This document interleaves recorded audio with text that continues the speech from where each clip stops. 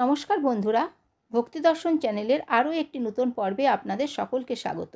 বন্ধুরা, কেমন আছেন? আশা করছি আপনারা সকলে ভালো আছেন, সুস্থ আছেন। আজকের এই পর্বের বিষয় হলো 2024 সালের 1431 বঙ্গাব্দের রাখি পূর্ণিমা কবে, রাখি পূর্ণিমার পূর্ণাঙ্গ সময়সূচি, পূর্ণিমা কখন লাগবে, কখন ছাড়বে, পূর্ণিমার নিশীয় ব্রত কবে পালন করতে হবে, পূর্ণিমা তিথিতে শ্রী শ্রী সত্যনারায়ণ ভগবানের পুজো ও গঙ্গা স্নানের বিশেষ সময়, রাখি পূর্ণিমার দিন রাখি বাঁধার শুভ সময়, রাখি বাঁধার নিয়ম ও মন্ত্র, এবং এই দিন কি উপহার দিলে মা লক্ষ্মীর কৃপা লাভ করবেন, সবটাই জানবো আজকের এই পর্বে।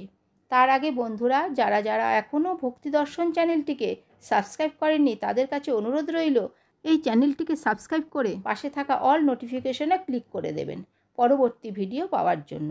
আর ভিডিওটি থেকে যদি কিছু হলেও উপকৃত হন তাহলে এই ভিডিওটি আপনাদের আত্মীয় পরিজন বন্ধু বান্ধবের মধ্যে শেয়ার করতে ভুলবেন না। এবার আসছি মূল বিষয়ে। প্রতি বছর শ্রাবণ মাসের পূর্ণিমা তিথিতে পালিত হয় রাখি বন্ধন উৎসব। এই দিন দিদি বা বোনেরা তাদের ভাই বা দাদার হাতে রাখি বেঁধে তাদের সমৃদ্ধি এবং দীর্ঘায়ুর কামনা করে থাকে। আর অন্যদিকে দাদা বা ভাই তার দিদি বা বোনকে সমস্ত রকম বিপত্তি থেকে রক্ষা করার প্রতিশ্রুতি দেয় এই দিন। তাই এই দিনটি আমাদের সবার কাছে অনেক পবিত্র একটি দিন। পৌরাণিক বিশ্বাস অনুসারে 100টি অপরাধ করার পর যখন শ্রীকৃষ্ণ শিশুপালকে হত্যা করার জন্য যুদ্ধ করেছিলেন, তখন শ্রীকৃষ্ণের তর্জনী কেটে যায় এবং তর্জনী থেকে রক্তপাত শুরু হয়। তখন দ্রৌপদী তার শাড়ির আঁচলের একটি টুকরো ছিঁড়ে শ্রীকৃষ্ণের হাতে বেঁধে দেন। তখন শ্রীকৃষ্ণ দ্রৌপদীকে রক্ষা করার প্রতিশ্রুতি দিয়েছিলেন। এরপর শ্রীকৃষ্ণ হরা সভায় বস্ত্রহরণের সময় তাকে তার দেওয়া প্রতিশ্রুতি অনুসারে রাজা ধৃতরাষ্ট্রের দরবারে দ্রৌপদীর সম্মান রক্ষা করেছিলেন। তখন থেকে এই উৎসব পালিত হয়ে আসছে বলে মনে করা হয়। ভগবত পুরাণ এবং বিষ্ণু পুরাণের ভিত্তিতে বিশ্বাস করা হয় যে ভগবান বিষ্ণু যখন রাজা বালিকে পরাজিত করে তিনি জগতের অধিকার নিয়েছিলেন, তখন বালি ভগবান বিষ্ণুকে তার প্রাসাদে থাকার জন্য অনুরোধ করেছিলেন। বিষ্ণুর স্ত্রী দেবী লক্ষ্মী এই ব্যবস্থায় অত্যন্ত খুশি হন এবং তখন তিনি রাজা বালিকে রাখি বেঁধে তাকে ভাই করে নেন। এরপর বালি লক্ষ্মী দেবীকে উপহার চাইতে বললে মা লক্ষ্মী রাজা বালির কাছ থেকে ভগবান বিষ্ণুকে চেয়ে নেন এবং ভগবান বিষ্ণুকে নিয়ে তিনি বৈকুণ্ঠে ফিরে যান। মনে করা হয় এরপর থেকে এই উৎসব প্রচলিত হয়েছিল। এবার জানব 2024 সালের রাখি পূর্ণিমার পূর্ণাঙ্গ সময়সূচি। পূর্ণিমা তিথি শুরু হবে 18 আগস্ট 2024 বাংলার পয়লা ভাদ্র 1431 রবিবার রাত্রি 2:37 পর থেকে। পূর্ণিমা তিথি সমাপ্ত হবে 19 আগস্ট 2024 বাংলার 2রা ভাদ্র 1431 সোমবার রাত্রি 12:44।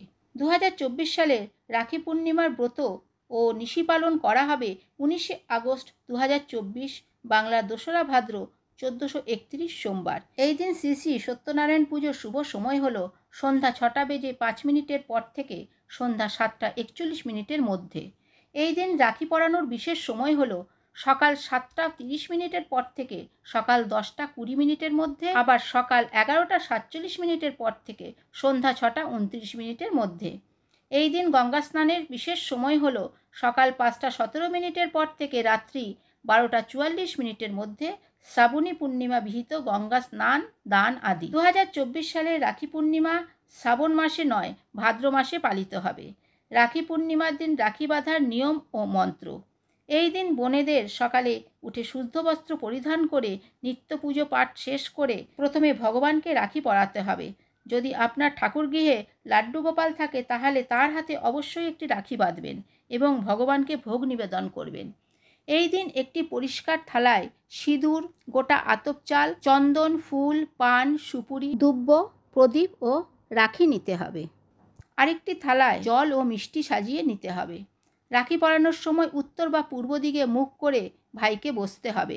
এরপর ভাইয়ের মাথায় প্রথমে সিঁদুর, চন্দন ও চাল দিয়ে তিলক করতে হবে। অনেক জায়গায় দই দিয়েও ফোঁটা দেওয়ার নিয়ম দেখা যায়। আপনি যেটা চাইবেন সেইটাই করবেন। এরপর প্রদীপ জ্বালিয়ে দাদা ও ভাইয়ের আরতি করে নেবেন। তারপর দাদা ও ভাইয়ের ডান হাতের কবজিতে রাখি বাঁধতে হবে। যখন রাখি বাঁধবেন তখন রাখি বাঁধার মন্ত্রটা অবশ্যই বলবেন। মন্ত্রটি হলো তেনো বদ্ধ বালি রাজা দানবেন্দ্র মহাবল তেনো তমামি বদ্ধাপি রক্সো মা চলো মা চলো। তারপর দাদা ও ভাইকে মিষ্টিমুখ করাবেন। তারপর দাদা হলে তাকে প্রণাম করবেন এবং ভাই হলে তাকে ধানধূপ্য দিয়ে আশীর্বাদ করবেন। এই দিন কি এমন উপহার দিলে সৌভাগ্য বৃদ্ধি হবে ও মা লক্ষ্মী দেবীর কৃপা লাভ করা যাবে? কারণ রাখি পূর্ণিমার সাথে সাথে এই দিনটি হলো সৌভাগ্য পূর্ণিমা ব্রত। এই দিন দিদি বা বোনের হাতে যদি আপনি রূপোর কয়েন দেন, তাহলে মা লক্ষ্মীর কৃপা সারা জীবন আপনি লাভ করতে পারবেন।